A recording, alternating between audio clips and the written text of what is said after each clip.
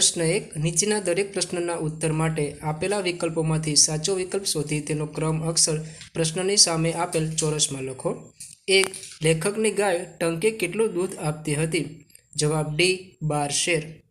2 લેખકની ગાયનું નામ શું હતું? જવાબ બી બોળી। 3 લેખકની ગાય સ્વભાવે કેવી હતી? જવાબ ડી ગરીબડી। 4 સંક્રાંતિના દિવસે લોકો બોળી ગાયને શું ખવડાવતા? જવાબ એ ઘૂઘરી। ચેનલ પર નવા હોય તો લાઇક, શેર અને સબસ્ક્રાઇબ કરવાનું ભૂલશો નહીં અને હા, આપના અન્ય મિત્રોને પણ આ વિડીયો જરૂરથી શેર કરજો।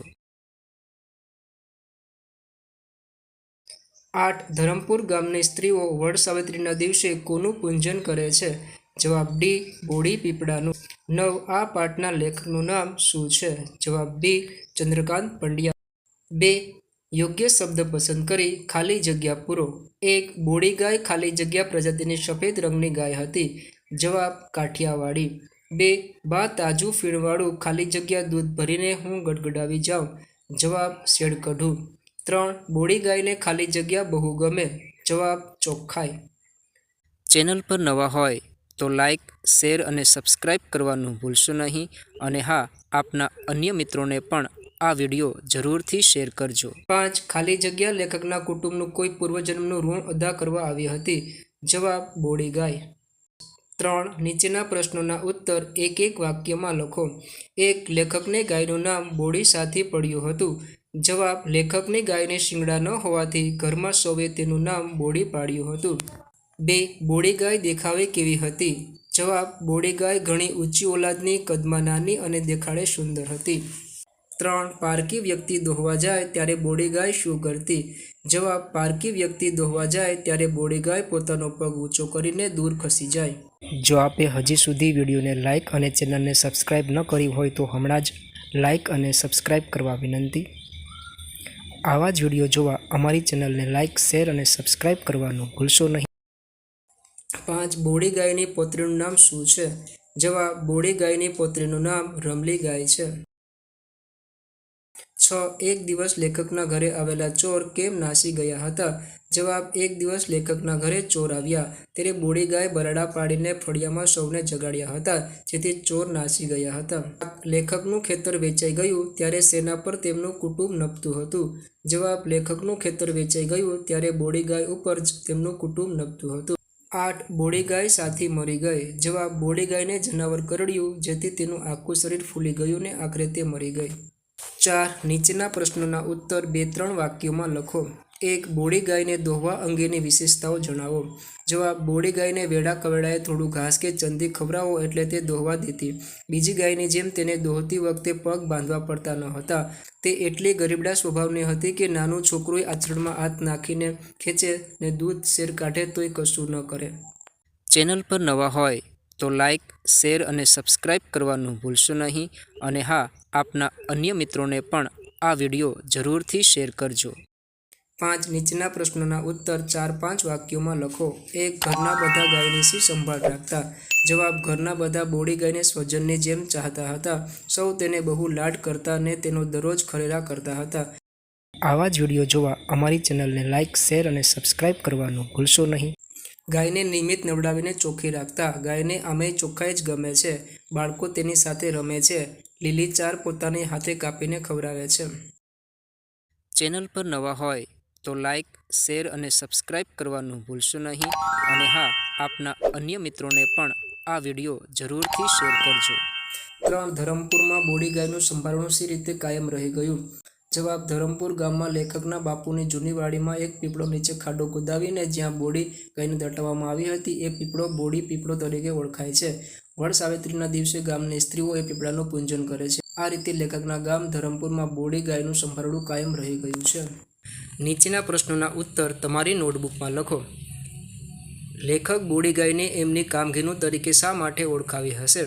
જવાબ લેખકના બાપુજીના અવસાન પછી બોડી ગાય અને એક ભેંસ તેમના પરિવારનું ગુજરાનનું એકમાત્ર સાધન હતું। ભેંસ વર્ષના અંતે મરી ગઈ હતી। બીજી ભેંસ ખરીદવાની આર્થિક સ્થિતિ નહોતી। ખેતર વેચાઈ ગયા પછી બોડી ગાય ઉપર જ લેખકનું કુટુંબ નભતું હતું। તેના દૂધ વેચવાથી મહિને 25 રૂપિયા આવતા હતા। સોમવારીના એ સમયમાં આ રકમથી પરિવારનું ગુજરાન ચાલતું હોવાથી લેખક બોડી ગાયને તેમની કામધેનુ તરીકે ઓળખાવી હશે। વિગત વાંચો અને લેખકે આવું શા માટે કહ્યું હશે સમજાવો. ઉત્તર તમારી નોટબુકમાં લખો.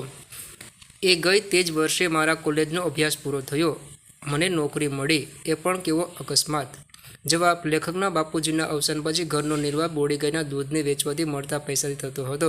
આમ બોડી ગાયે ઘણા વર્ષો સુધી પરિવારના નિર્વાહની જવાબદારી એકલીએ પૂરી કરી હતી. તેણે લેખકની બાને પરિવારના નિર્વાહ માટે કોઈની પાસે હાથ લાંબો કરવાનો વેળા આવવા દીધી ન હતી. અને જ્યારે બોડી ગાય મૃત્યુ પામી ત્યાં સુધીમાં તો લેખકનો અભ્યાસ પૂર્ણ થઈ ગયો હતો. તેમને નોકરી મળી ગઈ હતી. 2. જાનવરને મમતા આપો પછી જુઓ એ શું નથી આપતા. જવાબ: લેખકે કહેલું આ વાક્ય સૂચવે છે કે જાનવર પણ પ્રેમ મમતાને સમજે છે. પ્રેમ અને મમતા મળતા આપણા પરિવારનું એ પણ સદસ્ય બની જાય છે. આપણા પરિવારના સુખ દુઃખ એ ભાગીદાર બને છે. પરિવાર પર આવતા સંકટોમાં મદદરૂપ થાય છે. જેમ કે બોડી ગાય લેખકના ઘરે ચોરી કરવા આવેલા ચોરને જોઈને બરડા પાડી ફળિયાના સૌને જગાડે છે અને ચોરોને ભગાડી મૂકે છે. લેખકના બાપુના મૃત્યુ વખતે પણ તે સ્વજનને ગુમાવ્યાનું દુઃખ અનુભવે છે. 8. અ અને ક માંથી વાક્યના અંશ લઈ અર્થસભર વાક્ય બનાવો.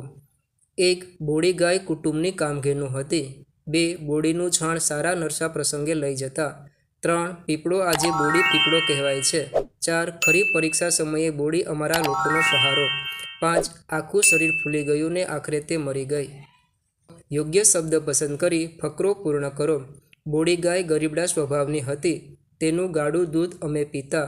શ્રદ્ધાળુ લોકો સારા નરસા પ્રસંગે બોડીનું છાણ લેવા આવતા. એકવાર બોડીને જાનવર કરડ્યું. બાએ કેટલાય ઉપાયો કર્યા. 10. પાઠના આધારે સાચા વિકલ્પ સામે ખરાની નિશાની કરો. 1. બોડી ગાયને લાગુ પડતું નથી. જવાબ: પારકાને પણ દોહવા દે. 2. બોડીનો વંશવેલો બહુ મોટો. કારણ કે. જવાબ: બોડી દર 1.25 વર્ષે વિયાતી હતી. 3. વાડીનો પીપળો બોડી પીપળો તરીકે ઓળખાયો. કારણ કે. જવાબ: બોડીને પીપળા નીચે દાટી હતી. 11. ગઈકાલેની જગ્યાએ આવતીકાલે લખી નીચેનો ફકરો યોગ્ય ફેરફાર કરી ફરીથી લખો. જવાબ: આવતીકાલે પપ્પા મને ફરવા લઈ જશે. પપ્પા મને આઈસ્ક્રીમ ખવડાવશે. પપ્પાની પહેલાં હું આઈસ્ક્રીમ ખાઈ જઈશ. મારા મોઢામાં આઈસ્ક્રીમ થઈ જશે. તેથી પપ્પા ખડખડાટ હસી પડશે. જો આપે હજી સુધી વિડીયોને લાઇક અને ચેનલને સબસ્ક્રાઇબ ન કરી હોય તો હમણાં જ લાઇક અને સબસ્ક્રાઇબ કરવા વિનંતી. આવા જ વિડીયો જોવા અમારી ચેનલને લાઇક, શેર અને સબસ્ક્રાઇબ કરવાનું ભૂલશો નહીં. પ્રશ્ન 13. આપેલ જાહેરાતને આધારે પૂછેલા પ્રશ્નોના ઉત્તર લખો. 1. તમારે માવો લેવો હોય તો કોનો સંપર્ક કરશો? જવાબ: અમારે માવો લેવો હોય તો સુભાષભાઈ દૂધવાળાનો સંપર્ક કરવાથી તેઓ સુભાષભાઈ માવાવાળા પાસેથી માવો મંગાવી આપશે. 2. મેઘધનુષ્ય ડેરી પાર્લર કેટલા વર્ષથી કાર્યરત છે? જવાબ: મેઘધનુષ્ય ડેરી પાર્લર છેલ્લા 25 વર્ષથી કાર્યરત છે. 3. મેઘધનુષ્ય ડેરી પાર્લર મહિનામાં કેટલા દિવસ બંધ રહે છે? જવાબ: મેઘધનુષ્ય ડેરી પાર્લર મહિનામાં એક જ દિવસ બંધ રહે છે. આ ડેરીમાં કઈ કઈ વસ્તુઓ મળતી હશે? જવાબ: આ ડેરીમાં દૂધમાંથી બનતી તમામ માવા સિવાયની તાજી વાનગીઓ મળતી હશે. 5. મેઘધનુષ્ય ડેરી ક્યાં આવેલી છે? જવાબ: મેઘધનુષ્ય ડેરી નવા નરોડા અમદાવાદ ખાતે એમોનિયમ કોમ્પ્લેક્સમાં આવેલી છે. 6. ડેરીમાં વિશેષ વળતર ક્યારે આપવામાં આવે છે? જવાબ: ડેરીમાં વિશેષ વળતર ધાર્મિક પ્રસંગે આપવામાં આવે છે. લીટી દોરેલ શબ્દ સમૂહની જગ્યાએ એક શબ્દ મૂકી વાક્ય લખો.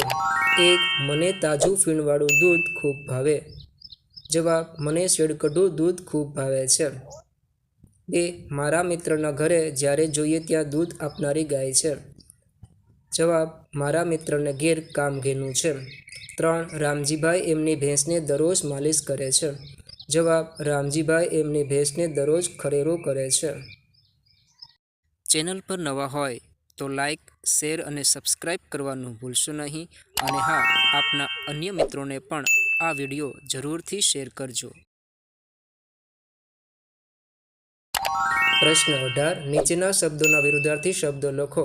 1. વેળા કવેળા. સુખ દુઃખ. હયાત મૃત્યુ. સ્થિર અસ્થિર. નિયમિત અનિયમિત. પાપ પુણ્ય.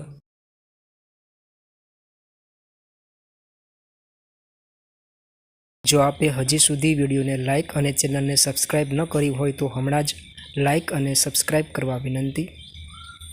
આવા જ વિડીયો જોવા અમારી ચેનલને લાઇક, શેર અને સબસ્ક્રાઇબ કરવાનું ભૂલશો નહીં.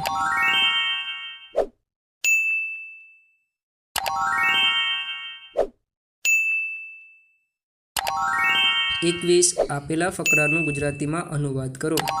જવાબ: ગાય એ પાલતુ પ્રાણી છે. તે વિવિધ આકાર, કદ અને રંગમાં વિશ્વભરમાં જોવા મળે છે. ગાય એ પ્રેમાળ અને મમતાવાળું પ્રાણી છે. ગાયનું દૂધ ઊંચી ગુણવત્તાવાળું હોય છે. ચેનલ પર નવા હોય તો લાઇક, શેર અને સબસ્ક્રાઇબ કરવાનું ભૂલશો નહીં. અને હા, આપના અન્ય મિત્રોને પણ આ વિડીયો જરૂરથી શેર કરજો. આવા જ વિડીયો જોવા અમારી ચેનલને લાઇક, શેર અને સબસ્ક્રાઇબ કરવાનું ભૂલશો નહીં.